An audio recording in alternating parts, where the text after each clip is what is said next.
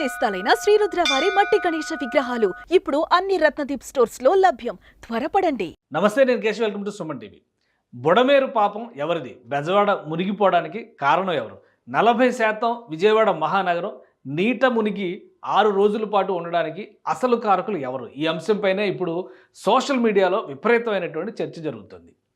పనిలో పనిగా వరద బాధితుల్ని పరామర్శించేటువంటి నెపంతో వైసీపీ నేతలు ప్రజల్లోకి వచ్చి చేసినటువంటి కామెంట్స్, దానికి కౌంటర్గా తెలుగుదేశం పార్టీ నేతలు రిలీజ్ చేస్తున్నటువంటి వీడియోలు, ఇవన్నీ కూడా ప్రజల్లో ఒక ఆసక్తికరమైనటువంటి చర్చని రేకెత్తిస్తున్నాయి. బుడమేరుకు సంబంధించి దశాబ్దాలుగా, అంటే దాదాపు 15 సంవత్సరాల తర్వాత ఒక భారీ వరద ఇప్పుడు ఎవరు ఊహించని స్థాయిలో బుడమేరు నుంచి వచ్చినటువంటి నేపథ్యం. గతంలో ఎప్పుడూ కూడా బుడమేరుకు సంబంధించినటువంటి సమస్యల్ని పరిష్కరించడంలో ప్రభుత్వాలు అసలు దృష్టి పెట్టనే లేదా అనేటువంటి చర్చను కూడా లేవదీస్తున్నాయి. సో ఒకసారి వాస్తవాలను పరిశీలించేటువంటి ప్రయత్నం చేద్దాం.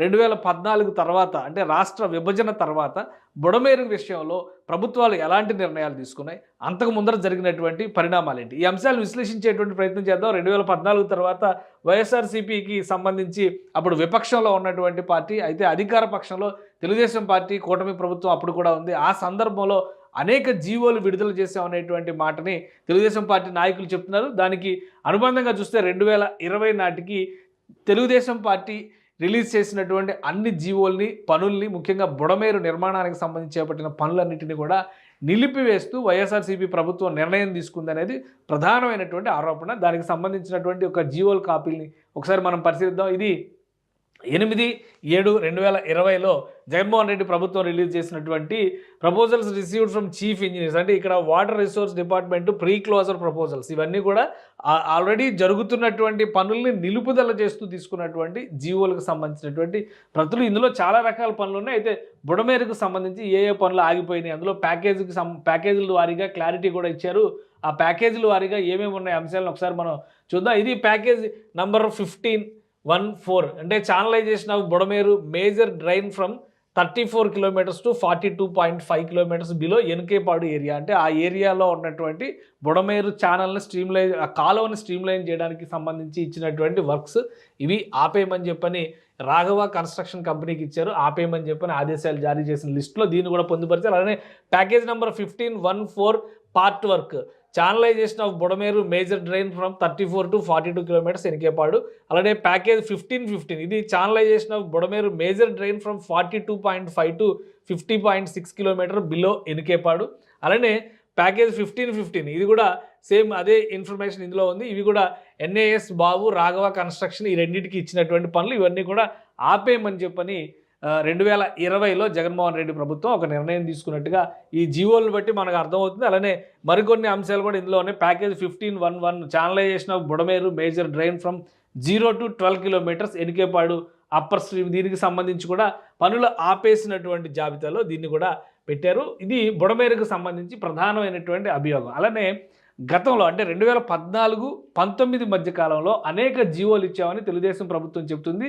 ఆ క్రమంలో చూస్తే 2014లోనే తొలి జీవోని తెలుగుదేశం ప్రభుత్వం రిలీజ్ చేసింది. అది కూడా దీనికి సంబంధించి ఈ ఛానల్కి సంబంధించి flood management, dispose of flood waters Budameru దీనికి సంబంధించినటువంటి ఎస్టిమేషన్స్ని రివైజ్ చేస్తూ 2014లో ఒక నిర్ణయం తీసుకొని జీవో ఇచ్చింది. అలానే 2016లో దాన్ని కన్ఫర్మ్ చేస్తూ జీవో ఇచ్చింది. 2016లో 3 సార్లు అదే దాని అంశంపైన, బుడమేరుకు సంబంధించినటువంటి అంశాలపైన తెలుగుదేశం ప్రభుత్వం నిర్ణయం తీసుకుంది. ఇక 2018లో 17-18లో పనులు మొదలుపెట్టినటువంటి జీవోల కాపీలు కూడా ఇది జీఓఐఆర్ అధికారిక వెబ్సైట్లో ఉన్నటువంటి జీవోలు, ఇవి తెలుగుదేశం ప్రభుత్వ హయాంలో తీసుకున్నటువంటి నిర్ణయాలు.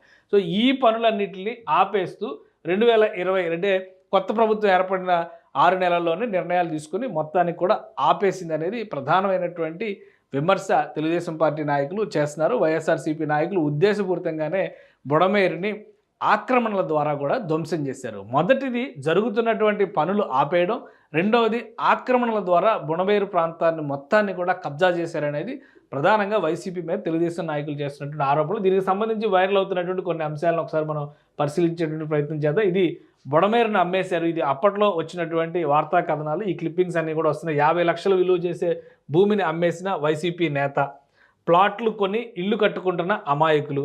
సో ఇది అంతా కూడా బుడమేరు స్థలాలు బుడమేరుకు సంబంధించినటువంటి పరివాహక ప్రాంతం అలానే నదికి సంబంధించినటువంటి పరిసర ప్రాంతాల్లో ఉన్న భూముల్ని అమ్మేశారు. ఇక్కడ చూస్తే కనుక వైసీపీ ప్రభుత్వ హయాంలో న్యూ రాజరాజేశ్వరిపేటలో జరిగిన భూ కబ్జా తాజాగా వెలుగులోకి వచ్చింది. స్థానిక వైసీపీ కార్పొరేటర్ ఇష్టానుసారంగా బుడమేరుని మెరక చేసి ప్లాట్లుగా విభజించి అమ్మేస్తున్నారనేది ఈ కథనం సారాంశం. ఇలాంటివి చాలా అంశాలు ఇంకా ఉన్నాయి. బుడమేరును దోచేస్తున్న వైసీపీ ప్రభుత్వం, ఇది కూడా 2023లో వచ్చినటువంటి కథనం ఇది. వీటితో పాటు బుడమేరులో లేఅవుట్, దీనిపైన కూడా చాలా కథనాలు వచ్చినాయి. ఈ కథనంలో మళ్ళీ చూడండి, స్థలం తనదేనంటూ వైసీపీ కార్పొరేటర్ భర్త దందా, అలానే central MLA, Vijayawada central MLA అప్పట్లో మల్లాది విష్ణు ఉన్నారు. సో ఆయనకి అనుచరులు బరితెగింపు అని చెప్పని కార్పొరేటర్ భర్తే సూత్రధారి, అధికారులు ఎందుకు స్పందించరంటూ కూడా ఈ కథనాలు వచ్చినాయి. వీటికి తోడు గంటలు పడినటువంటి అంశం పైన కూడా ఒక విస్తృతమైన చర్చ జరుగుతుంది. 2022లోనే గంటలు పడినప్పటికీ కూడా అప్పుడు ప్రభుత్వం వీటిని పట్టించుకోలేదనేది ఒక ప్రధానమైనటువంటి ఆరోపణ.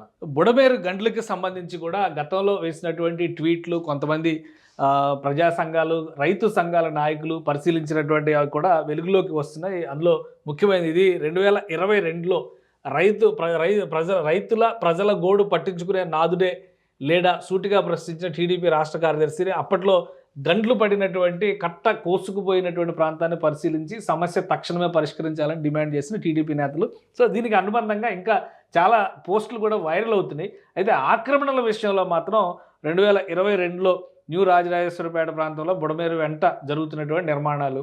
సో ఇక్కడ మళ్ళీ ఆక్రమణల జోరు, ఎవరు పట్టించుకోవట్లే, అంతా ఇష్టారాజ్యం. అలానే 5 కోట్ల విలువైన భూమి హాంఫట్, ఓ ప్రజాప్రతినిధి కనుసంధానంలో రియల్ దందా.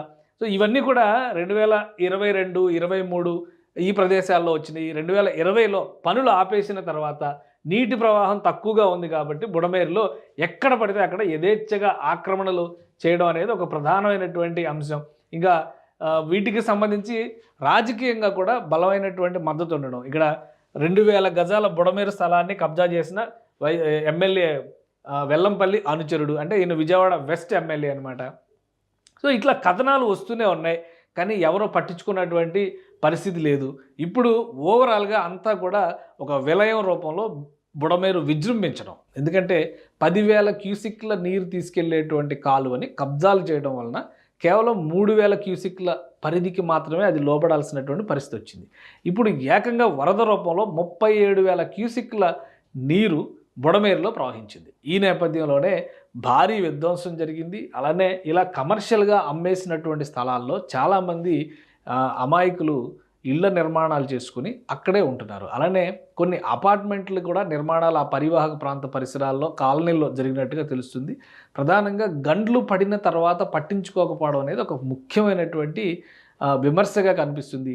అలానే 2017 ఆ సందర్భంలోనే బుడమేరు, విజయవాడ పరిసర ప్రాంతాల్లో భూగర్భ డ్రైనేజీకి సంబంధించి కేంద్ర ప్రభుత్వం నిధులు మంజూరు చేసినప్పటికీ కూడా 2019 తర్వాత ఆ పనులన్నీ ఎక్కడెక్కడే ఆగిపోయినట్టుగా పార్లమెంట్లో అప్పటి విజయవాడ ఎంపీ అడిగినటువంటి కేసినేని నాని అడిగినటువంటి ప్రశ్నలకి సంబంధించి కూడా ఇప్పుడు వీడియోలు వైరల్ అవుతున్నాయి.